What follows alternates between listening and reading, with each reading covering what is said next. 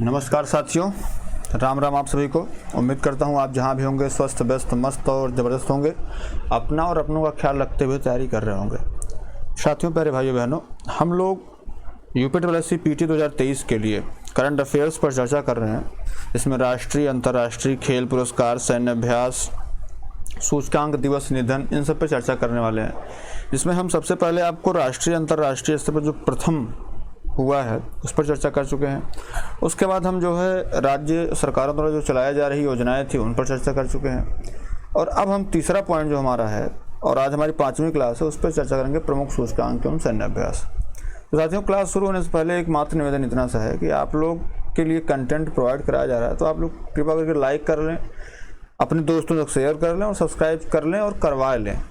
तो उससे क्या होगा, थोड़ा सा हमारा भी मनोबल बढ़ता है। ठीक है, तो आइए शुरू करते हैं। अगर कंटेंट अच्छा लगे तो मैं बता रहा हूँ, ऐसा नहीं कि आपको मैं बोल रहा हूँ इसलिए आप कर लीजिए। अब कंटेंट अच्छा लगे तो आप कर लीजिएगा, अन्यथा किसी में कोई जोर ज़बरदस्ती नहीं है। ठीक है, चलिए 7-8 सूचकांक मैं आपको पढ़ाऊंगा और उसी में से फंस जाएगा, ऐसी मेरी उम्मीद है। जो मेरा अनुभव है उस आधार पर मैं आपको पढ़ा रहा हूँ। ठीक है, सबसे पहले हमने लिया है ग्लोबल हंगर इंडेक्स 2023। इसमें भारत जो है ये 4 स्थान नीचे आ गया। पहले कहाँ पे था? पहले था वो 107 नंबर पे। किसने में था? 107 नंबर पे था। जो ग्लोबल हंगर इंडेक्स है 2023 में, भारत 125 देशों में 111वें स्थान पर है। ठीक है, और देश में बच्चों में जो वेस्टिंग दर है वो करीब 18.7 से अधिक ये है, जो सबसे अधिक है। भारत के पड़ोसी देश पाकिस्तान जो है ये 102वें नंबर पे है, बांग्लादेश आपके 81वें नंबर पे है, नेपाल 69वें नंबर पे है, श्रीलंका आपके 60वें नंबर पे है। और ये कह सकते हैं कि जो पिछला सूचकांक था उससे कुछ बेहतर नहीं बल्कि कुछ ज़्यादा बदतर स्थिति हो गई है आपके ग्लोबल हंगर इंडेक्स में। 111 नंबर आपका इंडिया का है। ठीक है, हालांकि आपको इतना नहीं याद करना, आपको ग्लोबल हंगर इंडेक्स में मात्र इतना सा पूछेगा भारत का कौन सा स्थान है, तो आप बताइए भाई भारत का 111वां स्थान है। 111 आप बता दीजिए। ठीक है, अभी बहुत सारे आएंगे, 111 आएगा, फिर 131 आएगा, 161 आएगा, सब 132 आएगा, ये सारी चीज़ें आने वाली हैं। ठीक है, तो अब देखिए आगे का बात करते हैं, मानव विकास सूचकांक की बात करते हैं। तो मानव विकास सूचकांक सबसे पहले कौन, ये प्रश्न आता है कि जारीकर्ता कौन है, जारी कौन करता है इसको। ठीक है, तो भैया जो संयुक्त राष्ट्र विकास कार्यक्रम UNDP द्वारा जो है इसको जारी किया जाता है। और ये बेसिकली 3 इसके कॉन्सेप्ट हैं। एक तो जीवन प्रत्याशा है, दूसरा शिक्षा है, और तीसरा है आपका प्रति व्यक्ति आय। ठीक है, संकेत, इन्हीं संकेतकों के माध्यम से एक सांख्यिकी का समग्र सूचकांक जारी किया जाता है। इसमें 191 देश भाग लेते हैं और भारत का 2023 जो 2022 में अभी आया, 23 में नहीं आया है अभी, इसमें 132वां स्थान है। इतनी बात क्लियर है? भारत का कौन सा स्थान है? 132वां स्थान है। ये आप याद कर लीजिए, कंठस्थ कर लीजिए। मानव विकास है, ब से विकास, ब से 32, ये आप याद कर लीजिए। हंगर इंडेक्स है, तो भाई हंगर आप ऐसे समझिए, हंगर जो है ये भाई ग्लोबल हंगर इंडेक्स है ना, तो अब इसको 111 111 कर लीजिएगा।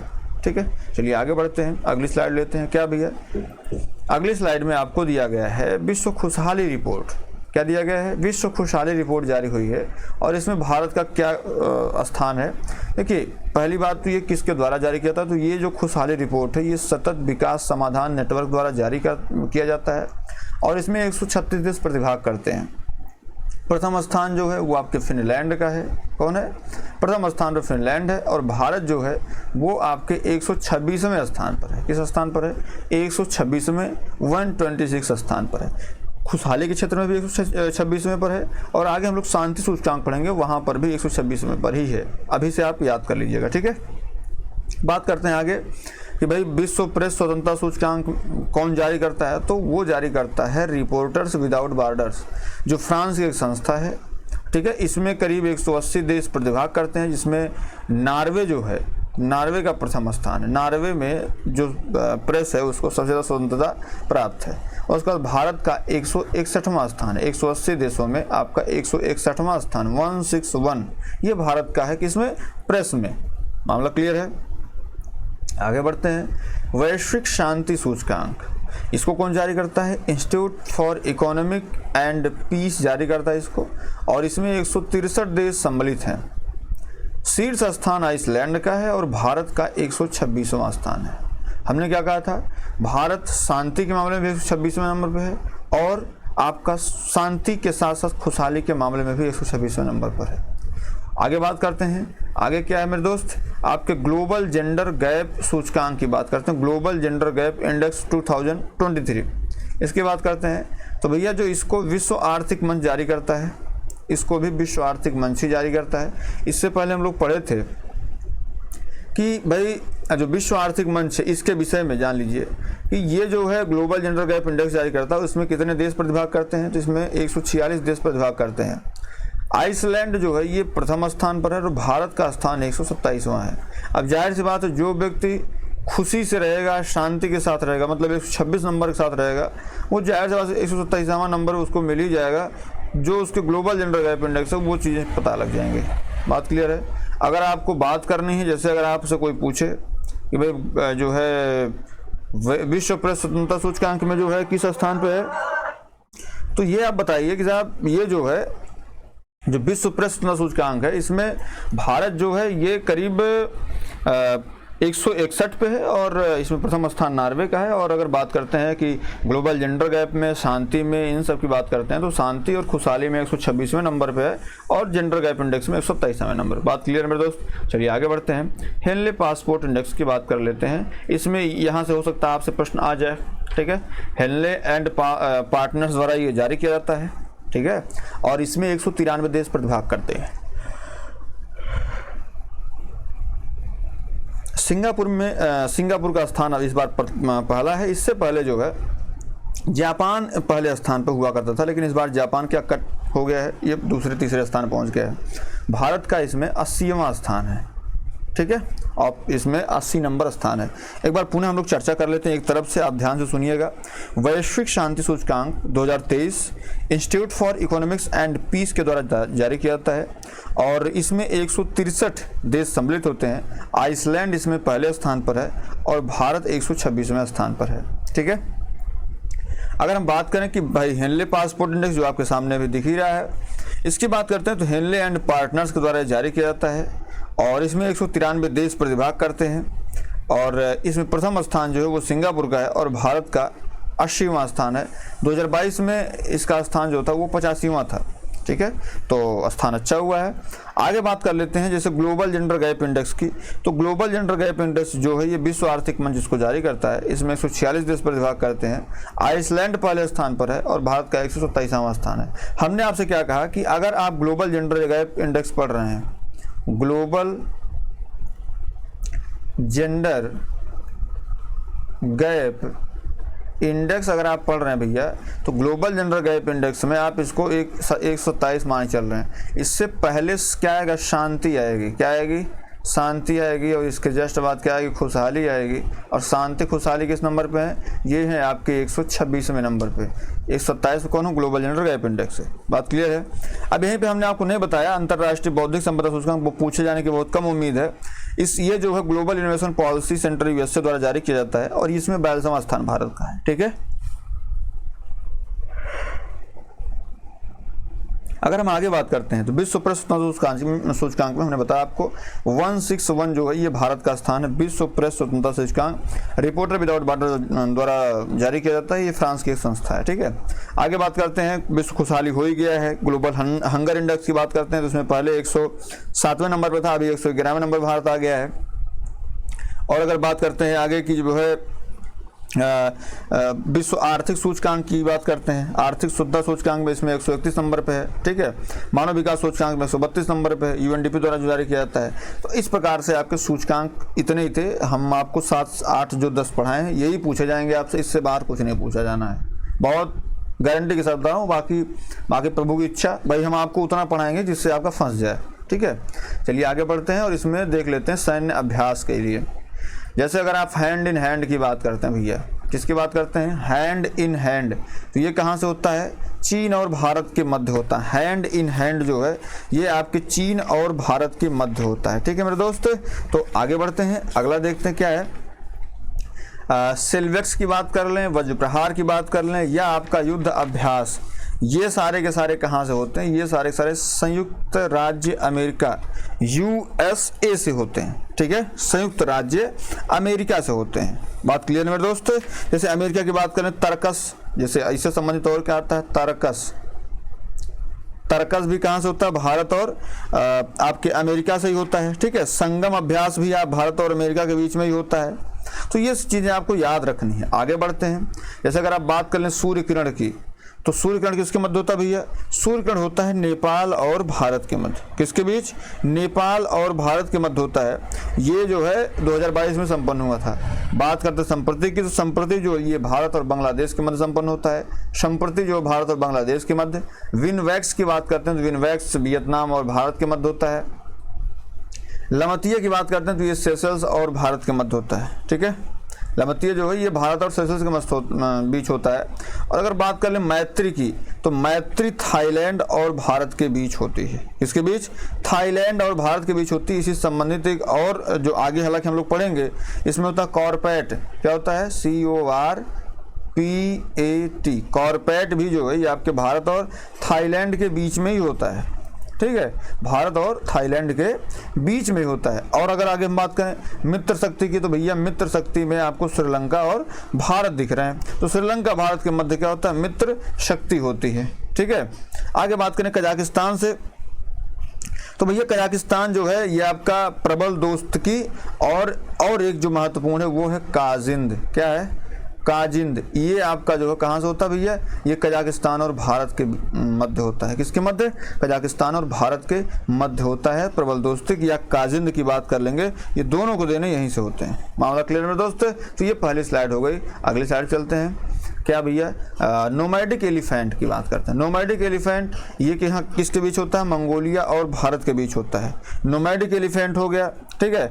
और उसके बाद जैसे आपका जिस आगे बढ़े तो भैया गरुण शक्ति होता है। गरुण शक्ति किसके बीच होता है? इंडोनेशिया और भारत के मध्य होता है। किसके बीच? इंडोनेशिया और भारत के मध्य कौन सा होता है?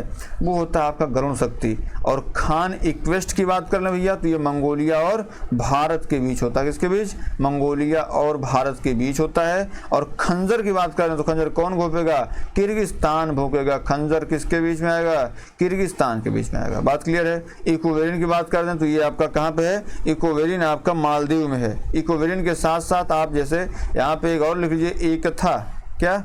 एक था मालदीव। इकोवेरिन जो है ये भी मालदीव, और एक था जो है ये भी मालदीव और भारत के बीच में जो है सैन्य अभ्यास संबंधित है। आगे बात करें इम्बॉक्स की, तो ये म्यांमार और भारत के बीच से है। और इंद्र की बात करते हैं तो रूस और भारत के बीच है। अगर हम बात करते हैं अल नागा तो ये आपके ओमान और भारत के बीच में। कहाँ पे है? ओमान और भारत के बीच में है। अजय योद्धा यूके और भारत के बीच में। अजय वॉरियर जिसको बोला जाता है, ठीक है। आज़ादी के 18 साल बाद भी हम लोग जो है गुलाम रहे थे, ऐसा माना जाता है इसी चक्कर में।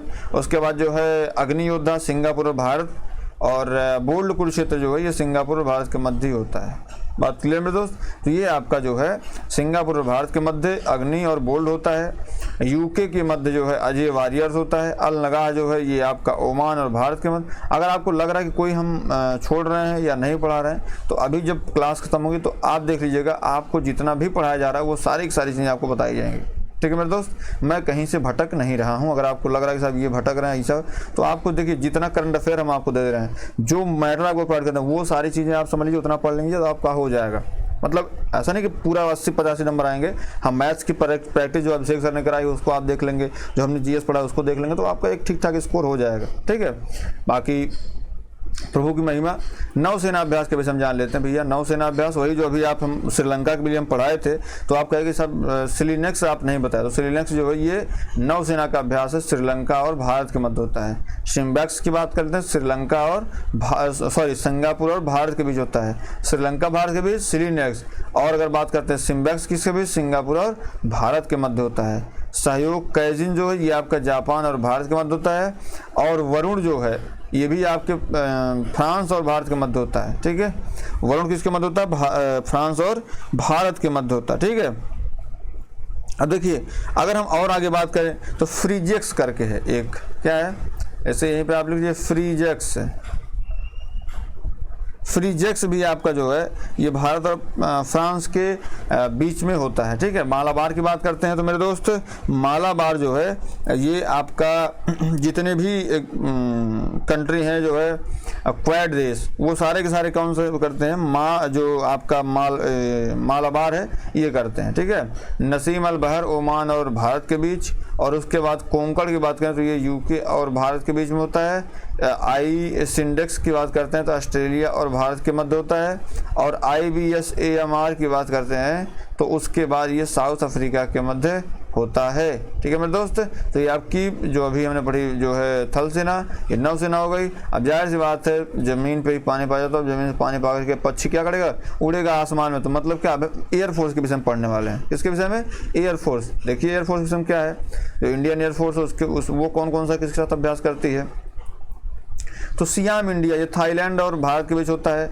सिंथेक्स की बात करें भैया तो ये जो है आपका सिंगापुर और भारत के बीच में है, ठीक है।